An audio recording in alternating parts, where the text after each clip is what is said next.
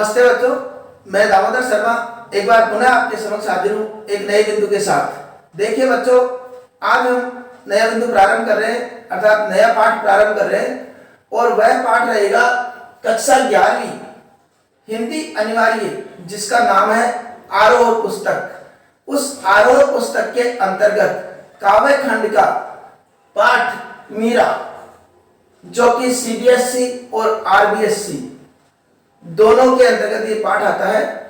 तो इस पाठ का अध्ययन आज करने जा रहे हैं। तो पाठ का अध्ययन करें उसके पूर्व इसकी जो कवयित्री है मीरा, उनके जीवन के बारे में संक्षिप्त परिचय हम जान लेते हैं। देखिए बच्चों, मीराबाई हिंदी साहित्य के सगुण भक्ति के प्रमुख कवियों में से एक है। मीराबाई का जन्म सन 1498 में कुड़की गांव में हुआ तथा इनका निधन सन 1546 ईस्वी में हुआ। इसके अलावा इन्होंने इनका जो विवाह है वह राज परिवार में हुआ था, राणा सांगा के पुत्र के साथ। कुछ विवाह के कुछ वर्षों उपरांत ही मीराबाई विधवा हो गई थी। विधवा होने के पश्चात ससुराल पक्ष से इनके प्रति व्यवहार सही नहीं रहा और ये श्री कृष्ण की अनन्य भक्त थी। इन्होंने समस्त लोक मर्यादाओं को छोड़ करके और श्री कृष्ण की भक्ति में लीन हो गई और प्रभु की भक्ति में ही घुंघरू धारण करना, उनके भजन गाना, संतों के साथ घूमना बैठना, ये सब प्रक्रिया चल रही थी। इसलिए इनके ससुराल पक्ष वाले इनसे काफी नाराज थे। लेकिन श्री कृष्ण के प्रति मीराबाई ने अपने आप को समर्पित कर लिया था। तो आगे इन्होंने कुछ प्रमुख रचनाएं भी लिखी है, जिनमें मीरा पदावली और नरसिंह मायरो ये प्रमुख रही रचना है। नरसिंह मायरो ये आपने खूब सुना होगा। इसके अलावा इन्होंने अपनी रचनाओं में मुख्यतः राजस्थानी भाषा का प्रयोग किया है। यहाँ पर हम जो प्रथम पद्यांश का अध्ययन करेंगे, उस पद्यांश में मीराबाई का श्री कृष्ण के प्रति अनन्य भक्ति भाव प्रकट हुआ है। तो अनन्य भक्ति भाव प्रकट करते हुए मीराबाई कहती है, मेरे तो गिरधर गोपाल दूसरों न कोई। मीराबाई कहती है कि मेरे तो अगर इस संसार में अगर कोई है तो वह है श्री कृष्ण। गिरधर गोपाल से तात्पर्य क्या हो गया यहाँ पर? श्री कृष्ण। मेरे तो इस संसार में यदि कोई है तो वह है श्री कृष्ण, दूसरों न कोई, दूसरा कोई भी नहीं है। जाके, और श्री कृष्ण कौन से? उनके रूप का वर्णन हो रहा है। जाके सिर पर मोर मुकुट, और जिनके सिर पर हमेशा मोर का मुकुट रहता है, अर्थात जो श्री कृष्ण सिर पर मोर मुकुट धारण करते हैं। मेरो पति सोई, सोई का मतलब वही, मेरे तो वही मेरे पति है। कौन से? जिनके सिर पर मोर मुकुट है। ऐसे भगवान श्री कृष्ण ही मेरे पति है। छाड़ी दही कुल की कानी, छाड़ी दही का मतलब छोड़ दी, कुल का मतलब अपने कुल जो राज परिवार से संबंधित है, कानी का मतलब मर्यादा। मैंने अपनी कुल की मर्यादा को छोड़ दिया। कहाँ करिए कोई? अब बताइए कौन हमारा क्या बिगाड़ लेगा? मैंने तो भगवान श्री कृष्ण को ही अपना पति मान लिया है और उनके अलावा मेरा कोई दूसरा नहीं है। और हमने भगवान श्री कृष्ण के लिए समस्त अपनी कुल की मर्यादा है उन सब का त्याग कर दिया है। कहा करिए कोई, अब कौन क्या कर लेगा? संतन डिग बैठी बैठी, संतन संतों के, डिग का मतलब पास, संतों के पास बैठ बैठ अर्थात बैठना, लोक लाज हुई। संतों के साथ बैठ करके, संतों के साथ रह करके मैंने अपनी लोक लाज अर्थात लोक मर्यादा का भी त्याग कर दिया है। क्योंकि राज परिवार में जिस प्रकार की मर्यादाएं रहती है, उसके तहत उस नारी को घर से बाहर या अन्य के साथ घूमने की या चलने की, रहने की, इनकी उनको अनुमति नहीं रहती है। लेकिन भगवान श्री कृष्ण की भक्ति में डूबी हुई मीराबाई स्वयं मानती है कि संतों के साथ बैठ बैठ करके मैंने संपूर्ण लोक लाज भी खो दी है। अंशुवन, अब संपूर्ण लोक लाज खो दी, इसका मतलब जैसे पर्दा प्रथा और इन सब का उन्होंने त्याग कर दिया था। अंशुवन जल सींच सींच, और आंसू रूपी जल से सींच सींच करके प्रेम बेली बोई, प्रेम रूपी बेल को मैंने लगाया है। आंसू रूपी जल से सींच सींच करके मैंने इस प्रेम रूपी बेल को लगाया है। अब तो बेली फैल गई है, और अब तो वह बेल, वो प्रेम रूपी बेल अब तो काफी विस्तृत हो गई है, फैल चुकी है। आनंद फल हुई, और अब तो उसमें आनंद प्रदान करने वाले फल भी आना प्रारंभ हो गए हैं। अब तो मुझे उस भगवान श्री कृष्ण की भक्ति, प्रेम और भक्ति में आनंद की अनुभूति होती है।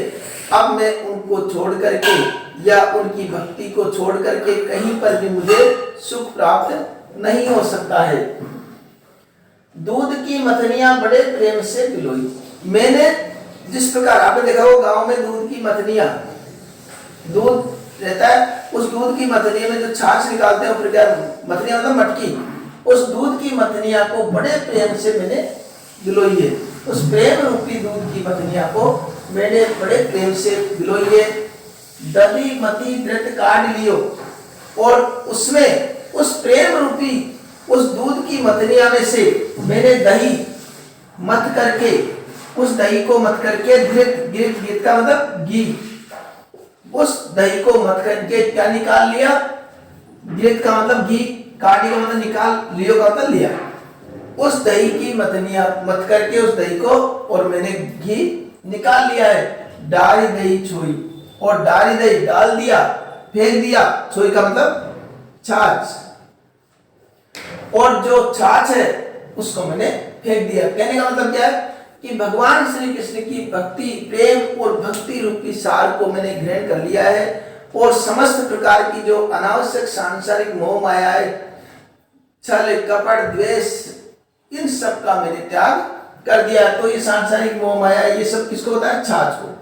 तो इसे दूध में से, दूध से दही बनता है, दही में से मत करके घी निकाला जाता है, और घी निकालने के पश्चात जो छाछ बचती है उसका इतना महत्व नहीं होता है। उसी प्रकार भगवान श्री कृष्ण के प्रेम और भक्ति में, उस प्रेम और भक्ति रूपी रस में से उन्होंने भगवान श्री कृष्ण की प्रेम और भक्ति को निकाल लिया है, और इस सांसारिक मोह माया का बिल्कुल त्याग कर दिया है। भगत देख ही राजी हुई, और मेरी स्थिति यह हो गई है कि इस संसार में भगवान श्री कृष्ण के प्रति जो समर्पित भक्त है, उनको देखकर मेरे हृदय में प्रसन्नता आती है, मैं प्रसन्न हो जाती हूँ। राजी हुई, प्रसन्न हुई, जगत देख ही रोई, और इस संसार पर जब दृष्टि डालती हूँ तो मुझे बड़ा दुख होता है, क्योंकि इस संसार में जिस प्रकार के छल प्रपंच मोह माया, इस प्रकार के जो विकार है इस संसार में भरे हुए हैं, और सभी लोग इस संसार के, इस सांसारिक मोह माया में पड़ करके उस प्रभु की भक्ति से अपने आप को दूर किए हुए हैं। तो इस प्रकार की जब इस संसार को देखती हूँ तो मुझे रोना आता है, कष्ट होता है, पीड़ा होती है, और भगत को देखती हूँ तो मुझे बड़ी प्रसन्नता होती है। दासी मीरा लाल गिरधर, कि मैं तो उन लाल गिरधर अर्थात भगवान श्री कृष्ण की दासी हूँ, मैं तो उसकी सेविका हूँ, चेरी हूँ। तारो अमोई, हे प्रभु मैं तो आपकी दासी हूँ, अब तो आप मेरा उद्धार कर दीजिए। हे प्रभु मैं तो आपकी दासी हूँ, अब मेरा आप उद्धार कर दीजिए। ये मीराबाई ने कहा। ये शरणार्थ हमने को जान लिया। एक बार सारांश के रूप में हम और सुन लेते हैं। मेरे तो गिरधर गोपाल दूसरों ने कोई, मीराबाई कहती है कि मेरे तो प्रभु श्री कृष्ण ही सब कुछ है और दूसरा कोई नहीं है। जाके सिर पर मोर मुकुट मेरो पति सोई, और जिनके सिर पर मोर का मुकुट है वही मेरे पति है। छोड़ दई कुल की कहानी कहाँ करिए कोई, और उन भगवान श्री कृष्ण के लिए मैंने अपने कुल की संपूर्ण मर्यादाओं को छोड़ दिया है, कहाँ करिए कोई, अब कौन क्या कर लेगा। संतन बिन बैठ बैठ लोग लाज हुई, और संतों के पास बैठ बैठ करके मैंने लोग और लाज जो मर्यादा है उन सबको त्याग दिया है। आंसू जल सींच सींच प्रेम बेली बोई और आंसुओं के जल से सींच करके मैंने जो प्रेम रूपी जो बेल बोई है, अब तो वो बेल फैल चुकी है और उसमें आनंद रूपी फल प्राप्त होना प्रारंभ हो गया है। दूध की मथनिया, मैंने तो उस दूध की मथनिया को बड़े प्रेम से भिगोया है और उस दही में से मथ करके, उस दही को मथ करके उसमें से मक्खन अर्थात घी निकाल लिया है। नारी दही छाछ, और छाछ को फेंक दिया है। कहने का तात्पर्य है कि भगवान की प्रेम और भक्ति से विभोर मैंने इस सांसारिक जो महामाया रूपी जो छाछ है, इन सब का त्याग कर दिया है। बनत देह की राजी हुई, जगत देह की रोई। और संसार में जब भक्ति भाव से परिपूर्ण किसी व्यक्ति को देखती हूँ तो मुझे बड़ी प्रसन्नता होती है, और इस संसार को देखती हूँ तो बड़ी निराशा होती है, बड़ा दुख होता है, रोना आता है कि इस निसार तत्व पर लोग इतने मोह माया से ग्रस्त हो रहे हैं और अपने जीवन को बर्बाद करने में लगे हुए हैं। इन सब की स्थिति देखती हूँ तो मुझे बड़ा कष्ट होता है। दासी मीरा लाल गिरधर तारो अमोई, मीराबाई कहती है कि हे लाल, हे भगवान श्री कृष्ण, मैं तो आपकी दासी हूँ, आपकी भक्त हूँ, आपकी चेरी हूँ, अब तो मेरा उद्धार कीजिए। इस प्रकार का ये भावार्थ रहता है। अब प्रश्न जो बनते हैं वो डिस्क्रिप्शन में मिलेंगे आपको। इसके अलावा अगर आपको पद्यांश अच्छा लगा है तो लाइक भी किया करो और सब्सक्राइब तो करना ही है, ठीक है।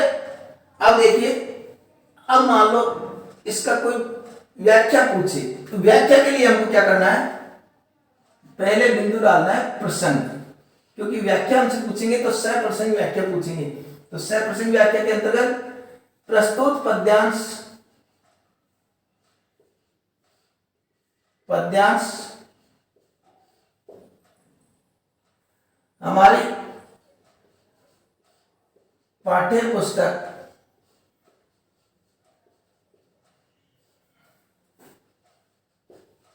आरोह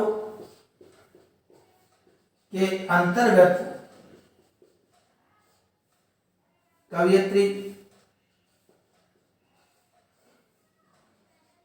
मीराबाई द्वारा रचित मीरा पदावली रचना से अवतरित है। इसमें मीरा का श्री कृष्ण के प्रति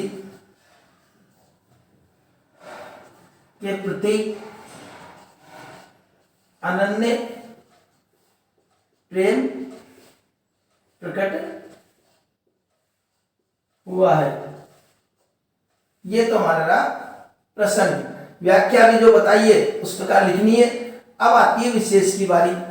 विशेष में यह लिख देता हूं, विशेष। विशेष का मतलब इस व्याकरण की दृष्टि से क्या क्या बातें विशेष आई है जो कि हमको लिखनी चाहिए। तो देखिए क्या क्या विशेष है। एक तो इसकी भाषा कौन सी है, इसकी भाषा है ब्रज भाषा। अब ब्रज भाषा के साथ साथ ब्रज विस्तृत, इस प्रकार लिख सकते हैं दोनों, ब्रज विस्तृत राजस्थानी भाषा, दोनों का समावेश इसके अंतर्गत मिलता है, ब्रज का भी और राजस्थानी का भी। पहला बिंदु। दूसरा, अब हमने गौर किया हुआ संतन बेटी बेटी, बेटी बेटी दो बार शब्द आया, तो कौन सा अलंकार हो गया, ये हो गया पुनरुक्ति प्रकाश। अलंकारों की जानकारी आपको होनी चाहिए। अलंकारों के वीडियो आप नियमित देखें, प्लेलिस्ट में जाकर के, वहां पर मैंने अलंकार के कई वीडियो बना रखे हैं ताकि हमको विशेष लिखने में सुविधा रहे। पुनरुक्ति प्रकाश अलंकार, ये हो गया अलंकार। दूसरा, इसमें वियोग श्रृंगार रस, वियोग श्रृंगार रस ये भी इसमें आया है। व्ययात्मकता, व्ययात्मकता का मतलब इसको गाया जा सकता है संगीत के रूप में, यह भी इसकी विशेषता रही है। इसके अलावा एक अलंकार हो रहा है आनंद फल, आनंद रूपी फल। आनंद रूपी फल अर्थात यहां पर कौन सा हो गया, अंशुमन जल, आंसुओं के जल से। यहां पर आनंद फल में कौन सा अलंकार है, रूपक अलंकार। यहां रूपक अलंकार भी लिख सकते हैं। ठीक है, ये व्यात्मकता ये तो हमको लिखना ही है, यह इस प्रकार हमको विशेष लिख देना है। आशा करता हूं आपके पद्यांश भली प्रकार से समझ में आ गया होगा। फिर भी अगर कोई परेशानी है तो आप कमेंट बॉक्स में लिख करके जानकारी प्राप्त कर सकते हैं। अब मिलते हैं अगले वीडियो में एक नए बिंदु के साथ। तब तक के लिए धन्यवाद।